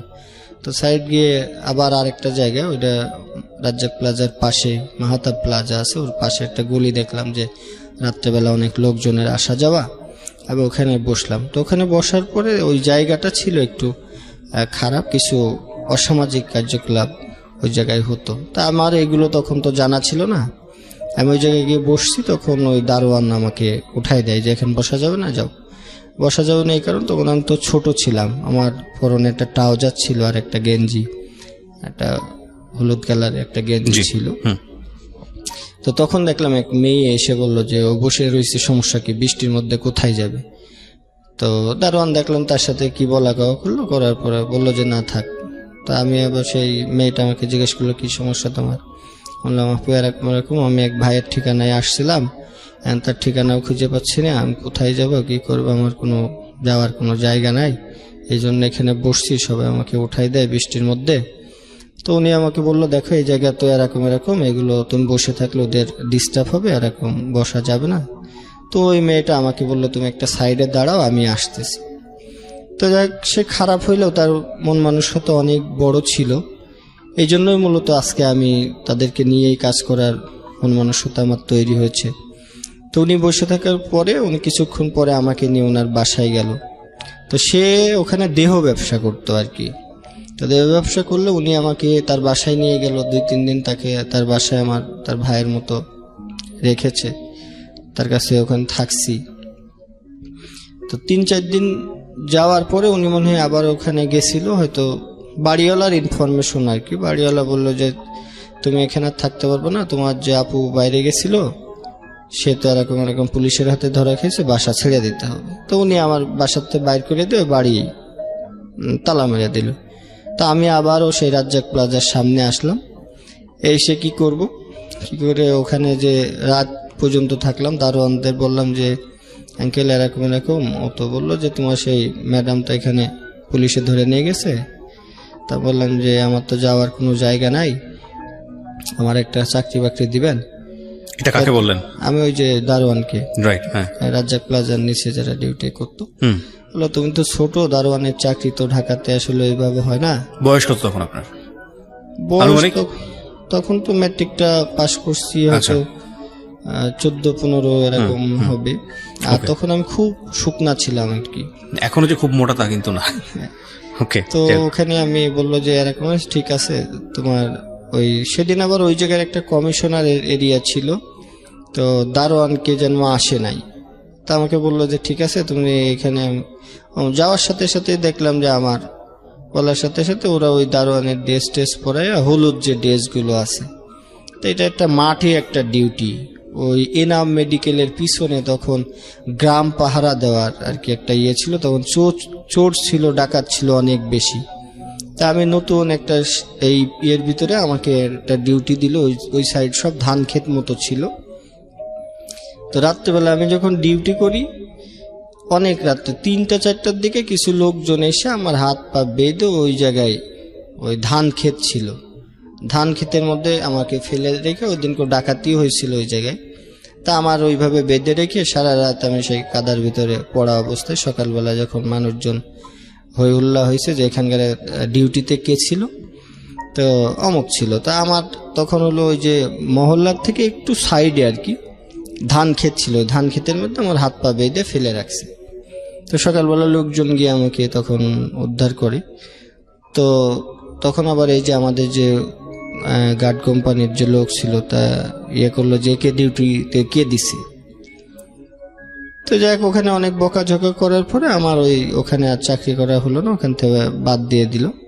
তো এখন যেটা ওই যে রাজ্জাক প্লাজার সামনে একটা কমিশনারের একটা বাসা ছিল, জি। তো বললো যে তুমি একটা কাজ করো, দেখি যে তুমি ওখানে ডিউটি করতে পারবা কিনা। ইন্টার ফার্স্ট ইয়ারে থাকার সময় ঘটনা? না, ইন্টার এখনো ভর্তির কোনো চিন্তা ভাবনা আচ্ছা, হয়নি। মানে পরীক্ষা দিয়ে আছেন, এসএসসি রেজাল্ট হ্যাঁ, অন্তর্বর্তীকালীন সময়। অন্তর্বর্তীকালীন। তো ওখানে ডিউটি করি, ওই দারোয়ানের ওই কমিশনারের বাসায় আমাকে ডিউটি দেওয়া হলো। তো ওখানে দেখতাম ওই যে কমিশনারের 2টা ছেলে মেয়ে ছিল, তারা প্রতিদিন স্কুলে যেত, তাদের সাথে লোকজন ঢুকতো, আমি ওখানে ডিউটি করি। ওদের দেখে আমার আবার সেই পড়ার কথা, যে না আমি এরা স্কুলে যায়, আমার তো যাওয়া হচ্ছে না, এই মনের মধ্যে কষ্ট। তা আমি ওখানে 7-8 দিন চাকরি করার পরে ওই পত্রিকা নিতাম যে কোথায় কোথায় চাকরি পাওয়া যায়। তো দেখতাম যে সবার যে রিকোয়ারমেন্টস আছে তার সাথে আমারটা যায় না, মিলে না। ওই সারাদিন ঘোরাফেরা করার পরে ওদের বাসাতেই আমার দিনে ডিউটি ছিল, আমি ওখানে ডিউটি করতাম। আর সন্ধ্যার পরে যদি ওই যে আরেকটা দারোয়ান আসার পরে আমার ছুটি হয়ে যেত, তো রাত্রেবেলা ওখানেই থাকতাম। থাকার পরে আমি তখন ওই চাকরির সন্ধান করি যে না আমি এখানে। তো তখন আবার ছিল যে ঢাকা, এটা তো ঢাকা না, এটা সাভার, আমি ঢাকায় চলে যাব। তখন মনে হতো ঢাকাতে মনে হয় কি একটা বিষয়। তো সবাই জিজ্ঞেস, ভাই ঢাকায় যাবো, এটা তো ঢাকা না, ঢাকা আরো সামনে, এটা তো সাভার। তো নামের সাথেও একটা, যে না আমি তাহলে তো সাভার থাকবো না, আমি ঢাকায় যাব। তো ওখান থেকে একদিন করে দেখলাম যে একটা বিজ্ঞাপন আছে যে একটা প্রবীণ ব্যক্তিকে দেখাশোনা করার জন্য একটা এত থেকে এত বছরের একটা ছেলে লাগবে। তো প্রবীণ বলতে আমি আসলে তখন ওইভাবে বিষয়টা প্রবীণ না নবীন এরকম বুঝতে পারি না। গিয়ে দেখলাম যে মতিঝিল একটা বাসা, তো ওই ব্যক্তিকে দেখাশোনা করার জন্য আমি ইন্টারভিউ দিতে গেলাম। তো ওরা আমাকে নিতে চাইলো। তো দেখলাম এক বৃদ্ধ লোককে দেখাশোনা করতে হবে। উনি হলো আমাদের এক ভাষা সৈনিক ছিল, কি যেন নামটা ছিল ওনার। তো ওনার অনেক কষ্টের কথা শুনলাম, ওনার 2টা ছেলে মেয়ে ব্যারিস্টার। ওনার বই, ওনার নামটা আতার হোসেন না কি যেন একটা নাম ছিল, যার ওনার ভাষা সৈনিকদের নামের ভিতরে আমি বইতে পড়েছি। তখন ওনার কাছে বললাম, তো উনি বললো হ্যাঁ আমার আজকে এই পড়ে নিতে। ওনার জীবন কাহিনীটা অনেক কষ্টের, উনি লাস্ট জীবনযাপন করেছে, বাবা মা তাদের ছেলে মেয়ে মানুষ করেছে, কিন্তু তার দেখাশোনার জন্য বাইরের লোকজন নিয়ে। তো উনি আমার সাথে অনেক কষ্ট শেয়ার করছে যে দেখো আজকে তোমরা হয়তো বইতে আমার কথা পড়েছো, কিন্তু আমার বাস্তব জীবন হলো এই। তো ওনার কষ্টের কথা শুনে আমার একটু তখন যে নিজের এই কষ্টের কথাটা আমার মনে হলো না। ওনার ওষুধ টষুধ টাইমলে খাওয়ানো, এটা সেটা দেখতাম। তো 4-5 দিন পরে ওই জায়গায় আমার কেন যেন মানে বন্দি একটা রুমের মধ্যে সারাদিন। আর ওনার ওই ওষুধপত্রগুলো হলো টাইম টু টাইম খাওয়াইতে হতো। তা আমি ওখানে ছিলাম না। ওখান থেকে যে বাসার থেকে একদিন বাইর হয়েছি, পরে ওই জায়গাটা আর আমি চিনতে পারি নাই। ওনার বাসায় যে ফেরত যাব আর বাসাও খুঁজে পাই নাই। পরে আমি চলে আসি। আমি ওখান থেকে হাঁটতে হাঁটতে হাঁটতে হাঁটতে আমি চলে আসলাম হলো নিউ মার্কেট। নিউ মার্কেটে এসে তখন আমার কাছে অনেক টাকা পয়সাও নাই। তো কি করব তখন আমি একটা ওই যে মার্কেটে যে ভাত বিক্রি করে যেসব মহিলারা, ওনাদের সাথে এক মহিলার সাথে কথা বললাম যে খালা এরকম ভাত কত? কয় এত টাকা। আমি কই এরকম, মানে আমার কাছে তো টাকা পয়সা নাই। কয় তাহলে তুই আমার কাছে কাজ করলে তোর থাকা খাওয়া আমি দিব। তো ওনার কাছে আমি তখন ওই যে ভাতের মাথায় করে বওয়ার জন্য ওনার কাজ করলাম। তো ভাত বইয়ে বেড়ানো এটা অনেক কষ্টের। মাথার উপরে 10টা-12টা এরকম টিফিনকার বাটি দিয়ে দিত, এটা বইয়ে সেই মার্কেটে তুলতে হতো, নিচতলা দোতলা, মানে যেখানে অর্ডার হতো সেখানে দিতাম। জি। তো যাক, হাজার কষ্ট হইলেও সেগুলো আবার এটা বয়ে নিয়ে যাওয়া, আবার এই বাটি নিয়ে যাওয়া, বাটি নিয়ে গিয়ে আবার এগুলো ধোয়া, বাজার সদাই করা, সেগুলো আবার প্রতিদিনই এরকম 17-18 দিন আমি তার কাছে করেছি। এটা আমার নিউ মার্কেটে অনেক জায়গায়। তখন তো সব শহরটাই আমার কাছে অপরিচিত, তখন জানতাম না এটা কোন মার্কেট বা কি। কত সালের গল্প এটা আনুমানিক? এটা হলো 2006 সালে। 2006 সালে, আজ থেকে 12 বছর আগের গল্প। জি। তো তখন হলো ভাত দিতাম। তো একদিন নিয়ে যেতে যেতে ওই ভাত, আমি খুব জ্বর ছিল আমার, তো ভাত নিয়ে যেতে যেতে আমার এটা এখন মনে আছে, ওই যে নীলক্ষেত মোড়টা পার হইতে গিয়ে আমার ভাতের বাটি কয়টা পড়ে গেছিল আর কি। তো খালা এসেও অনেক রাগারাগি করে আমার ওখান থেকে বাইর করে দেয়। তো তখন উনি আমার কোন টাকা পয়সাও দেয় নাই। তো আমার কাছে হয়তো কিছু 7-8 টাকা মতো এরকম, কম বেশি এরকম কিছু একটা টাকা আমার কাছে ছিল। তখন তো বাইরে হওয়ার সুবাদে ওই যে এখানে মার্কেটে যখন ভাত টাত দিতাম, তো তখন যারা কিছু আমরা টামরা এইসব বিক্রি টিক্রি করে তাদের সাথে আমার মোটামুটি একটা পরিচয়, ভাত দেওয়ার সময় কৌতূহল ছিল মানুষের ভিতরে জানার। তো তখন আমি তাদের সাথে কথাবার্তা বলতাম।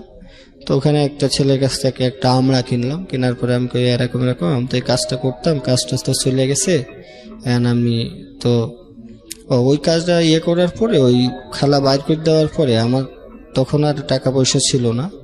প্রায় 3 দিন আমি হলো মানে শুধু পানি খেয়ে খেয়ে, ওই যে এখানে এখন চন্ডিমা মার্কেটটা আছে আর কি, ওই পাশে একটা আছে গোলচক্কর, ওখানে অজু করতাম, অজু করতে গিয়ে শুধু পানি খাইতাম, পানি খেয়ে মসজিদে নামাজ পড়তাম। তার খুব কান্নাকাটি করতাম, হয়তো কোথার থেকে যেন আমার সবকিছু হারিয়ে গেল। তখন শুধু মানে ছিল যে আমি কোনো একটা পরিচিত মানুষ যদি আমি পাইতাম, হয়তো তারা হয়তো আমাকে সহযোগিতা করবে। ওই সময় কি পড়াশোনা স্টপ করে দিলেন? হ্যাঁ, তখন তো পড়াশোনা এসএসসির পরের ঘটনা। হ্যাঁ, এসএসসি পরে। তখনও রেজাল্ট হয়নি না? রেজাল্ট হয়ে গেছে। এসএসসি তো তখন শেষ করেই আমি ঢাকাতে আসছি। আচ্ছা আচ্ছা আচ্ছা। তো তখন হলো ওখানে 3 দিন আমি প্রায় পানি খেয়ে খেয়ে আমি জীবনযাপন করছি। আর তখন এই 3 দিন আমি পানি খেয়ে থাকি, আর প্রচন্ড ক্ষুধার্ত অবস্থায় পানি খাইলে অনেক বেশি কষ্ট লাগে, পেটের ভিতরে ব্যথা করে। তখন আমি ওই এখানে যে ওই খালার কাছ থেকে চলে আসার পরে যখন 3 দিন, তখন আমি চন্দ্রিমা সুপার মার্কেটে সিঁড়ির নিচ দিয়ে ওই তখন বুটিক্সের কাজ করতো, বড় বড় টেবিল থাকতো। জি। তো আমি সন্ধ্যার আগে কি করতাম যে ওই টেবিলের নিচে ঢুকে থাকতাম, যে আমার ঘুমানোর একটা জায়গা আর কি। ওই টেবিলের নিচে বড় বড় পর্দা দেওয়া থাকে, ওখানে কেউ দেখতো না। তো ওখান থেকে আর বার হইতাম না। তো 3-4 দিন এরকম থাকতে থাকতে একদিন হলো ওই শপিং মলের যে মালিক ছিল উনি একদিন মনে হয় সকালে এসে আমাকে দেখছে যে আমি শুয়ে রয়েছি। পরে দারোয়ানরা অনেক বকাবকি করলো যে এখানে সে শুয়ে থাকে, তোমরা কিভাবে করো। তো দারোয়ানও হয়তো তখন আমাকে একটা বাড়ি মারছে, মাইরা বাইর করে দিছে যে তোর যাতে মার্কেটের আশপাশে আর না দেখি। তো তখন আমার ওই যে ড্রেস কোড কিন্তু একটা ছিল, একটা গেঞ্জি আর ট্রাউজার ছিল আমার, ওইটাই থাকতো। হ্যাঁ, গোসল টোসল করতেন কোথায়? গোসল করতাম তখন আমার একটা গামছা কিনছিলাম, আর ওই যে ভিতরে এক জামা ওই গোসল করেই ওইটাই ধুয়ে আবার ওইটাই গায়ে দিতাম, ওখানে শুকাইতো, এইভাবে করলাম। তো এইটা ধরা খাওয়ার পরে আমার আর ওই মার্কেটে দেখলে দারোয়ানরা তখন আর আশপাশে ঢুকতে দিত না। তো তখন হলো যে ছেলে আমরা বেছে ওর কাছে হইলো যে এরকম এরকম, আমি তো কি করব। তো বললো যে তুই আমরা বেচতে পারলে তুই, আমার এক বড় ভাই আছে এখানে, চল তার কাছে তোরে লই যাই, উনি আমাকে টাকা তো নাই, কই বিক্রি টিক্রি করলে টাকা উনি সব দিবে, আমরাও নিয়ে দিবে। তো ওনার কাছে যখন ও নিয়ে গেল, তো কইতেছে কাজ তো করবি নাকি চলে যাবি? না ভাই, কাজ করব, আমি খুব ক্ষুধা লাগছে, আমি খাইটাই নাই, তোরে খাবার টাবার দেবে, একটা কাজ করতে হবে, আমার কাছে কিছু জিনিস আছে, এটা এক জায়গায় রেখে আসতে হবে। আমি কই ঠিক আছে ভাই, আমি রাখবো, আগে আমি খুব ক্ষুধার্ত, আমি খাই নাই, মানে একটু যদি খাইতে দেন।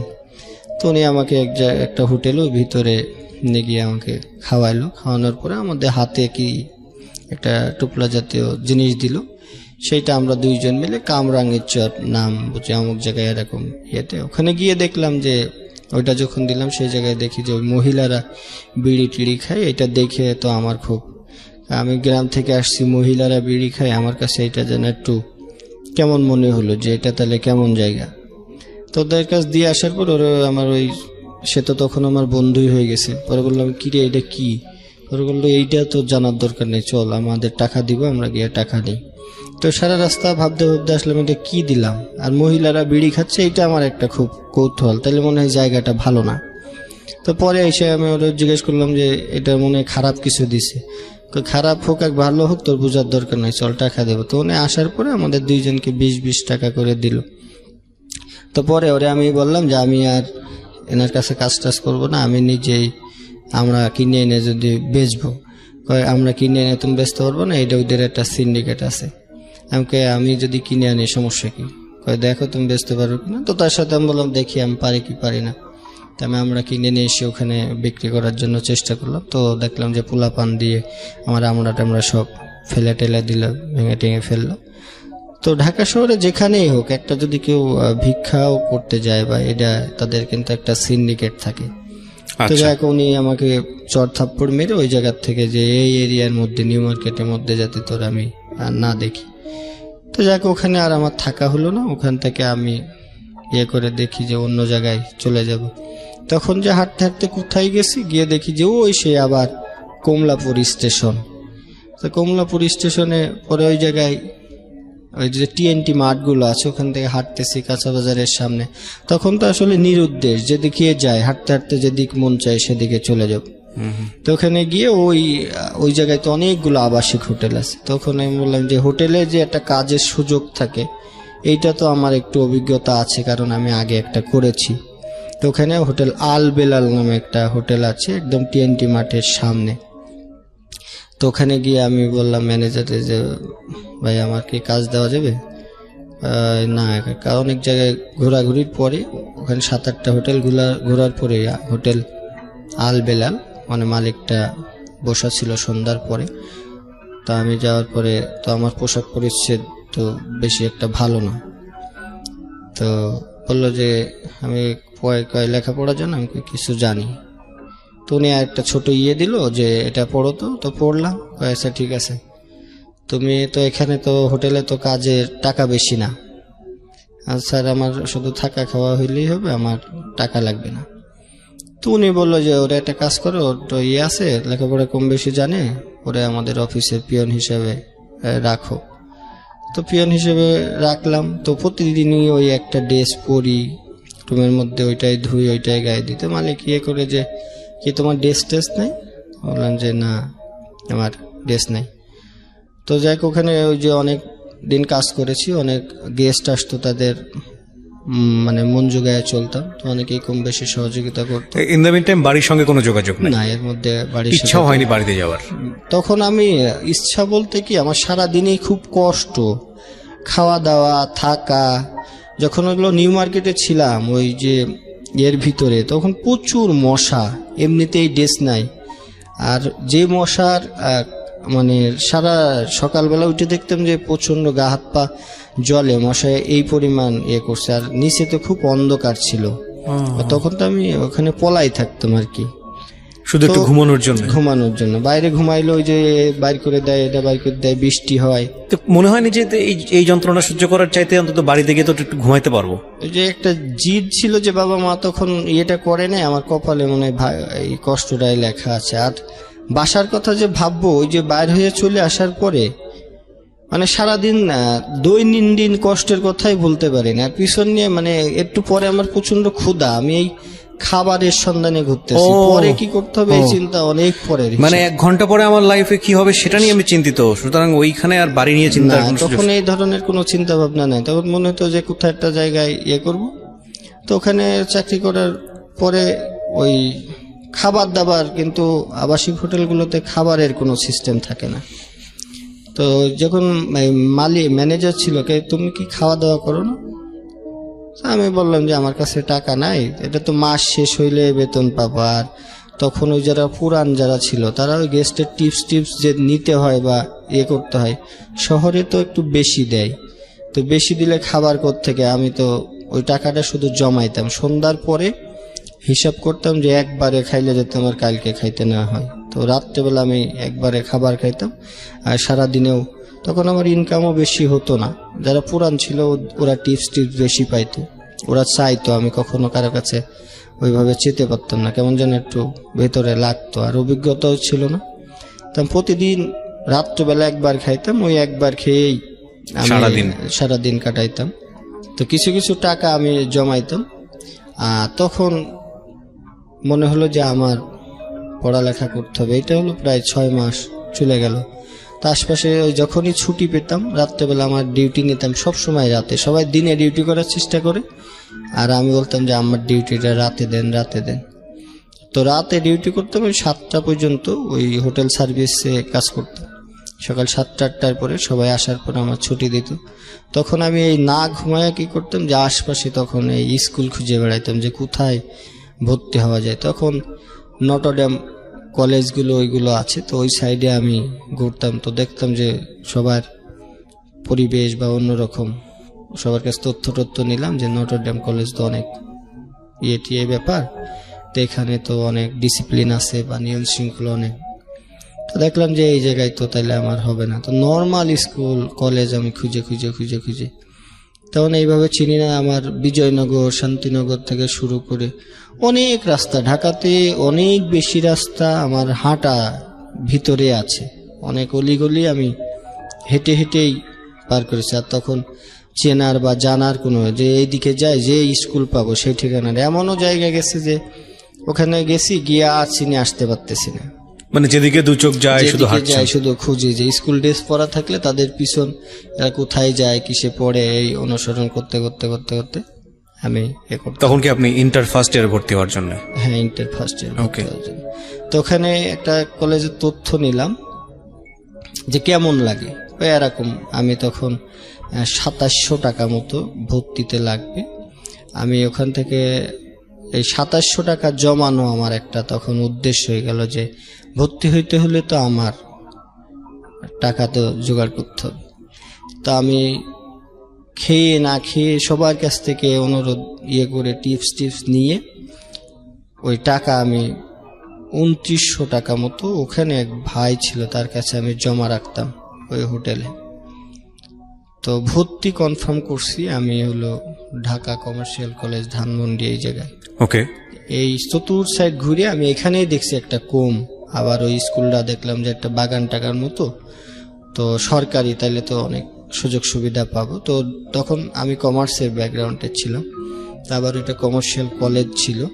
তো ওখানে গিয়ে তথ্য নিলাম যে 2700 টাকা লাগবে। আমি খুব খুশি যে এই টাকা তো আমার কাছে আছে, আমি এখানে ভর্তি হইতে পারবো।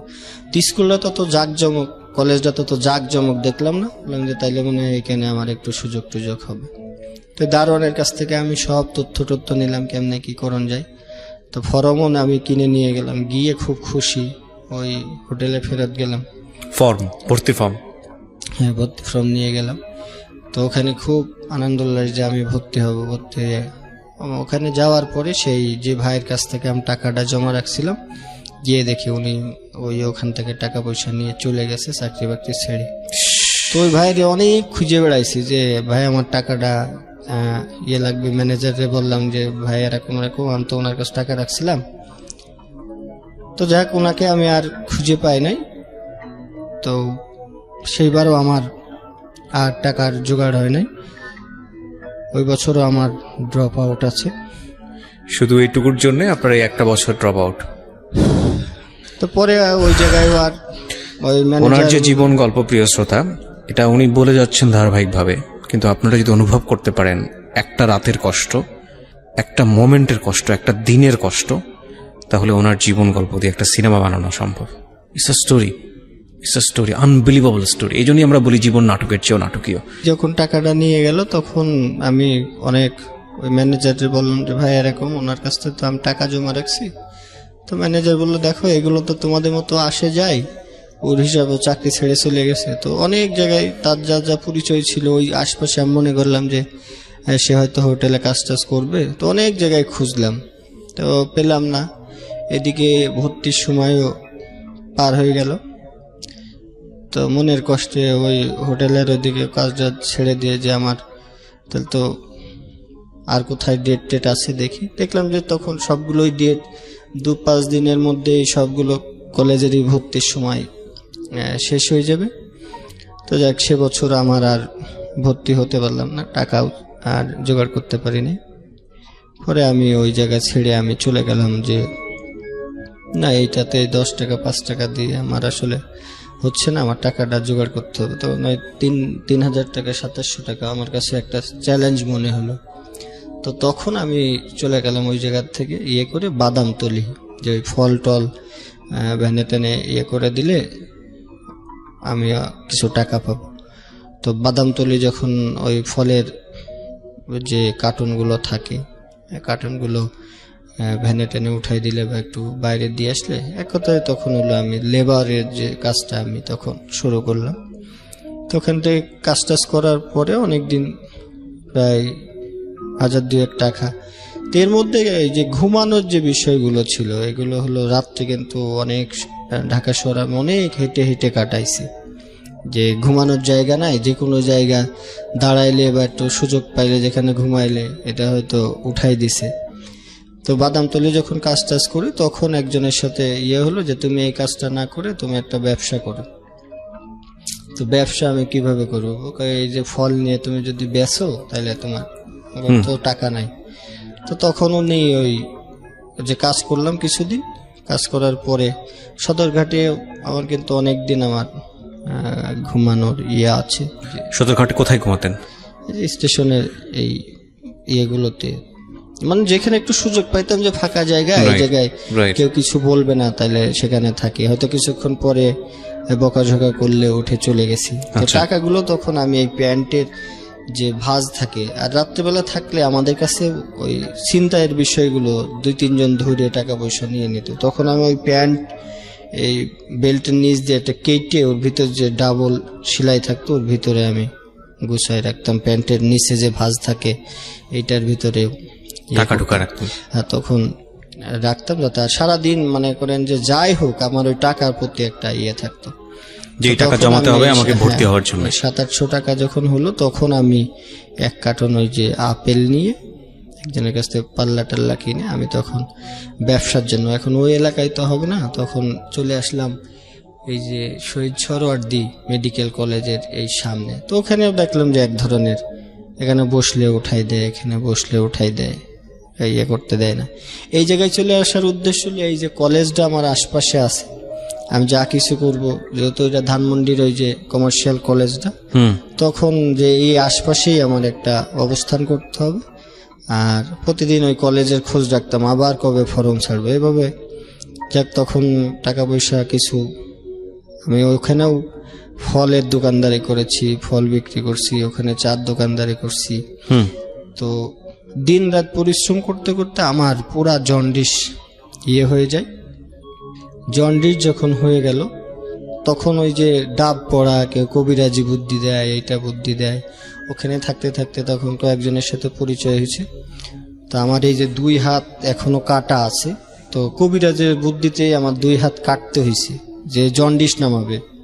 আমার এই যে 2 সাইডে এখনো কাটা, কিন্তু এই যে আপনার শরীর থেকে জন্ডিস নামাবে। হ্যাঁ, জন্ডিস কবিরাজের বুদ্ধিতে কাটতে হয়েছে, হলুদ হয়ে গেছে। আচ্ছা, তো তখন ওই যারা বুদ্ধি দেয়, কেউ ডাব পড়া দেয়, কেউ গাছ বেঁধে দেয়, বেঁধে দিলে আমার 72 ঘন্টার মধ্যে জন্ডিস ভালো হয়ে যাবে। তো জন্ডিস আর ভালো হয় না। এখন ওই যে 7 রাস্তা এখানে এক কবিরাজ ছিল, উনি হাতে গাছ বেঁধে দিবে।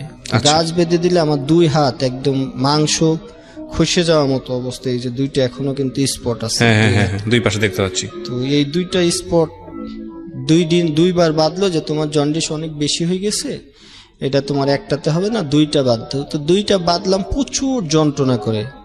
তো তারপরে জন্ডিস ভালো হলো না, তো বললো যে আমার দ্বারা এটা হবে না। তো মোহাম্মদপুর তাজমহল রোডে ওখানে একজন ডাব পড়া দেয়, তার কাছে গেলাম। তো যে যেখানে যাইতে বলে সেখানেই আমি যাই, আমার জন্ডিস আর ভালো হয় না।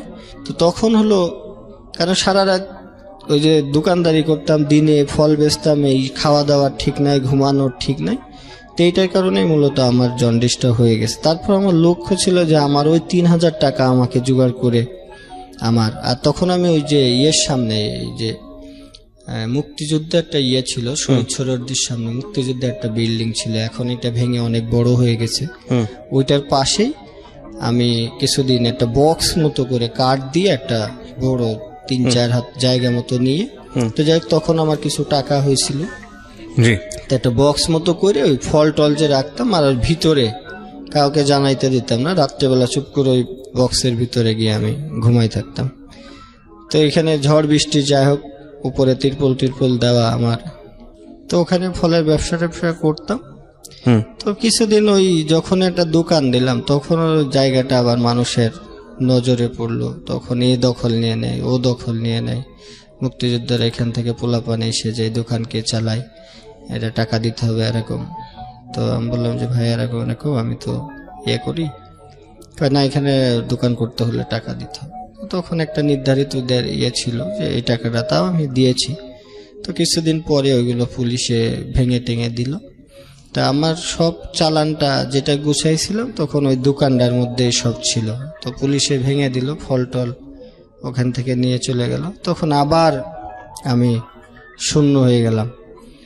তো তখন জীবনের গতিপথটাই যে না, এইভাবে তো আসলে আর মানে তখনও আপনি ইন্টারমিডিয়েটে ভর্তি হতে পারেননি? না, তখন তো ওই যে টাকা মেরে দেওয়ার পরে তো আমার আর সুযোগ হয় না। এখন এই আশপাশেই রয়েছি।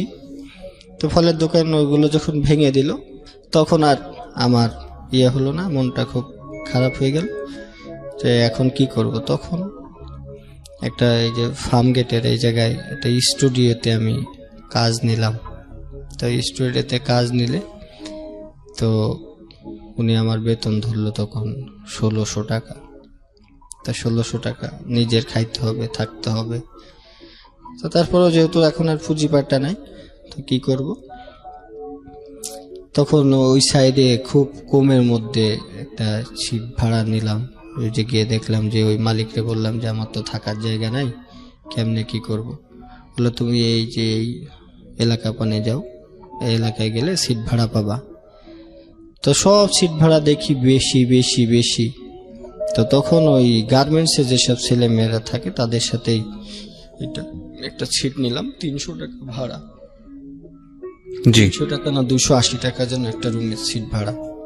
তো ওখানে থাকি, এই জায়গাতে কাজ করি। তো ওখানে তখন কম্পিউটার ওনারা সবাই ইউজ করে। আমার তো অফিসে তখন আমি ওই অফিসে যা সার্ভিসম্যান হিসাবে কাজ করছি। তো তখন কম্পিউটারটার প্রতি আমার খুব নেশা, যারা কি করে না করে আমার একটু দেখতে। তো ওখানে কাজ করি আর ওখানে গিয়ে থাকি। এই খাওয়া দাওয়ার বিষয়টা কিন্তু দীর্ঘদিনই আমার রয়েছে। তো এক সপ্তাহ যাইতে না যাইতে মানে বিকাল হইলে আমার খুব কষ্ট লাগতো, মানে ক্ষুধায়। যে তখন মালিককে বলতাম যে আঙ্কেল নাস্তা আনবেন না, নাস্তা আনবেন না। তো মালিক একদিন অনেক চিল্লাছিল, এই নাস্তার সময় হইলে নাস্তা, তোমার কারো কোনো মাথা ব্যথা নেই, তুমি নাস্তার বেলায় চিল্লাচিল্লি করো। আমি আর কোনোদিন ওনার কাছে নাস্তার পানির কথা বলতাম না। তো সারাদিন তো ওই জায়গায় গিয়ে থাকি। তো ওখানে যে রান্না হতো মেসে, আমি বলতাম যে না, আমি মেসে খাবো না, আমি বাইরে খাবো। তো ওই সিট ভাড়া দিতাম, কিন্তু খাওয়ার বিষয়টা আমার অনিশ্চিত ছিল। হয়তো কলা রুটি খেয়ে আমি দিন কাটাচ্ছি।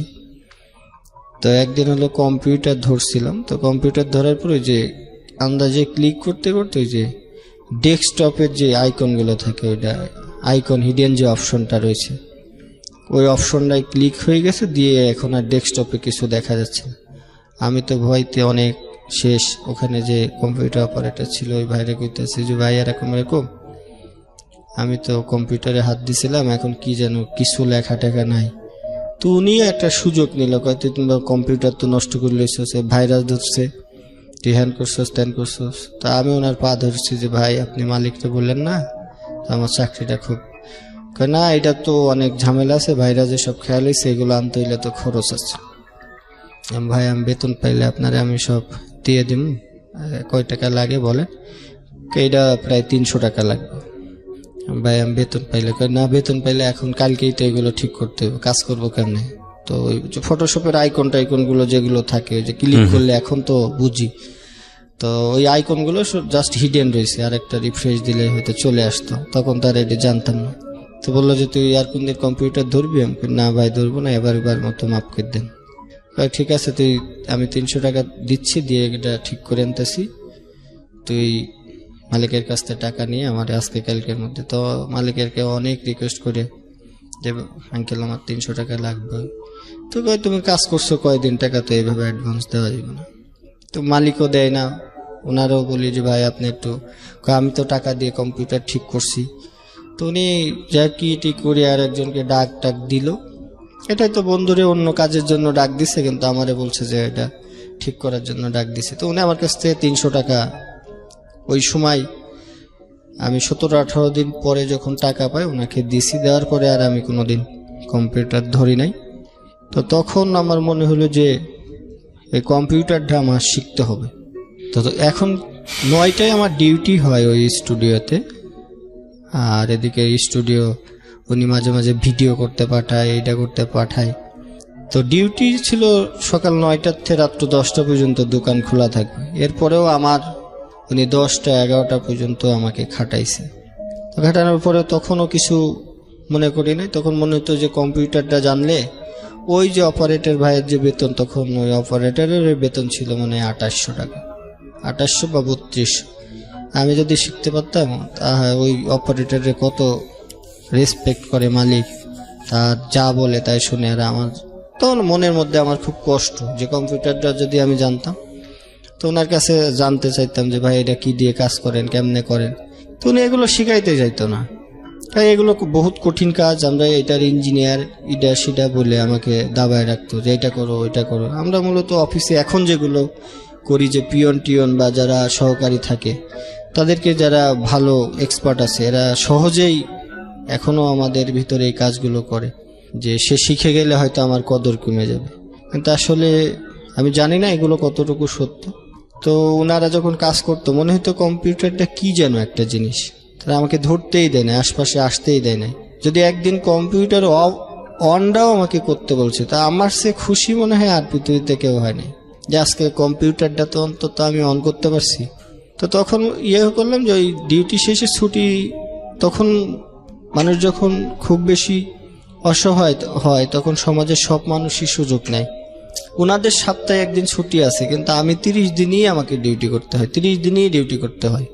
এরকম 3-4 মাস ওখানে ডিউটি করার পরে আমি কিছু টাকা ওখানে জমানোর পরে যে ওই জায়গাতে আমি আর চাকরি করব না।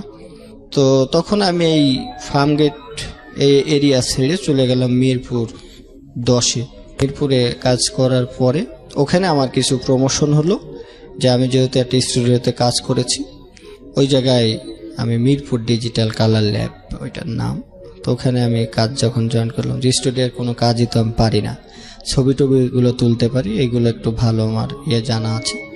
তো ওখান থেকে একটা আসলো যে আমি কম্পিউটারটা, তখন একটা ভাই ছিল যে এরকম, তখন শুধু ছবিটা কাটতে পারলেই হলো আর প্রিন্টটা দিতে পারলে এইটাই একটা স্টুডিওর বড় একটা প্রসেসিং ছিল। তো আমি এক ভাই ছিল ইঞ্জিনিয়ার ফুজির, ওনাকে আমার কাছে টাকা ছিল তখন 700, ওনাকে আমি দিলাম যে ভাই আপনি আপনার পায়ে পড়ি, আপনি আমার এই কাজটা শিখাই দেন। শিখাই দিলে আমার এখানে আমি যে কয়দিন আসি, দেখো আমি তো থাকবো না, বাইরে চলে যাবো, আমি তোমাকে শিখাই দেবো লালন, তোমার আমি কথা দিচ্ছি। আমাকে ভাই প্লিজ, ঠিক আছে তুমি কাজের সময়, মালিক থাকলে তো ঝামেলা করবে, তখন মালিক যখন না থাকবে, ভাই এটা একদম সহজ কাজ, তুমি শুধু মাউসটা ঘোরানো আগে শিখো, এরপরে আমি বাকিগুলো। তো উনি যাই হোক আমাকে একটু সুযোগ দিল, পরে কম্পিউটারটা উনি আমাকে শিখাইছে ছবি টবি এডিট করা। এরপরেই যাই হোক আমি একটু তখনই হলো সমাজে একটু দাঁড়াইলাম, তখন আমি ওই জায়গায় বেতন পাই। বেতন পাওয়ার পরে যেহেতু আমি এখানে পিয়ন হিসাবে কাজ জয়েন করলাম, তো ওই জায়গায় যেহেতু আমি মর্যাদা পাবো না, হালকা একটু কম্পিউটার যেহেতু শিখছি, তখন আমি ওই জায়গায় শিফট করে আবার চলে গেলাম ওই যে মিরপুর 1-এর ওই সাইডে এশিয়া স্টুডিও নামে এখনো আছে ওইটা, ওখানে আমি কাজ জয়েন করলাম। তখন ওরা আমার বেতন ধরলো 3800 টাকা, একটু প্রমোশন আরও একটা হলো। তো তখন যাক এইভাবে করতে করতে 1 বছর পরে আমি কলেজে ভর্তির আবার সুযোগ আসলো। তখন আমি বাসা ওই সাইডে না নিয়ে, যেহেতু এই ফার্ম গেটে আমি তখন থাকতাম তেজকুনি পাড়াতে, তো তখন আমি ওই ঢাকা কমার্শিয়াল কলেজে ভর্তি হওয়ার সুযোগ পাইলাম। সুযোগ পেয়ে এখন ওই মালিক তো সেই আবার ক্লাসে যাওয়ার ঝামেলা জটিলতা তৈরি হয়ে গেল। এদিকে মালিক সকালে যাইতে বলে আমার ওদিকে কলেজ, আমি তখন নিয়ত করলাম যে কলেজে আমি যাবই। তো কলেজে চ্যালেঞ্জ কয়েকদিন করার পরে এই যে অর্থের কাছে আমি আবারও পরাজয়। তখন ওই জায়গায় মালিককে বললাম যে ভাই আমার 2-1 দিন সুযোগ দিতে হবে, আমি একটু কলেজে যাব। তো মালিকটা খুব ভালো ছিল, ঠিক আছে যে 2 দিন ওই 2 দিনই, আর কিন্তু করা যাবে না, লেট করা যাবে না, আমাকে এই 2 দিন দিলেই হবে। তো যাক আমি সপ্তাহে 2 দিন ঢাকা কমার্স কলেজে যেতাম, কমার্শিয়াল কলেজটা ছিল এটা তেজকুনি পাড়াতে, তখন আমি থাকি। তো এখানে থাকার পরে যেটা হতো যে ওখান থেকে যে রাত্রেবেলা পড়বো, এই পড়ার সুযোগ তো, যে হোস্টেলে থাকতাম সবাই, হোস্টেল বলতে একটা বাসা বাড়ি মতো ম্যাচ টাইপের ছিল, তো সেখানে ওই রাত্রেবেলা সবাই গার্মেন্টসে কাজ করে, তো ওরা তো রাতে ঘুমায়, আমি রাত্রেবেলা এসে 10টার পরে পড়ালেখা করলে সবারই বিরক্তি।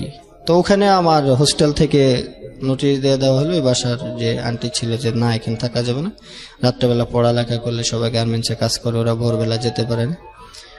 তো ওখান থেকে প্রায় যেই পড়াটা শুরু করলাম তখন আবার এই আবাসন যে স্থানটা ওইটা আমাকে ত্যাগ করতে হলো। একদিন ঝগড়া বিবাদ করে আমাকে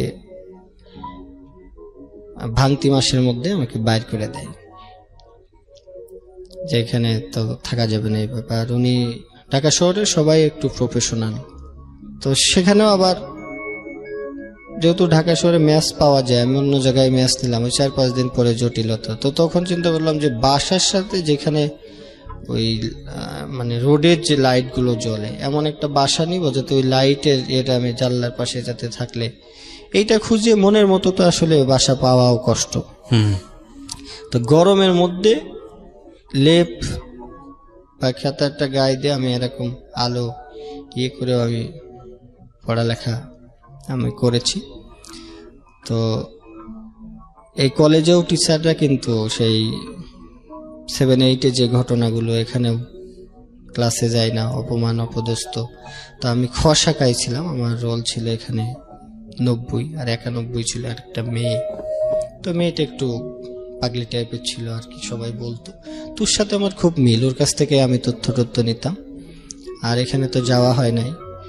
তো যাক, প্রথম পরীক্ষা দ্বিতীয় সময় পরীক্ষা দিয়ে যখন ইন্টারমিডিয়েট ফার্স্ট ইয়ার শেষ হয়ে যাবে, পরীক্ষা দিয়েছি আমি, কিন্তু আমার সব খাতায় দেখাইছে অ্যাবসেন্ট।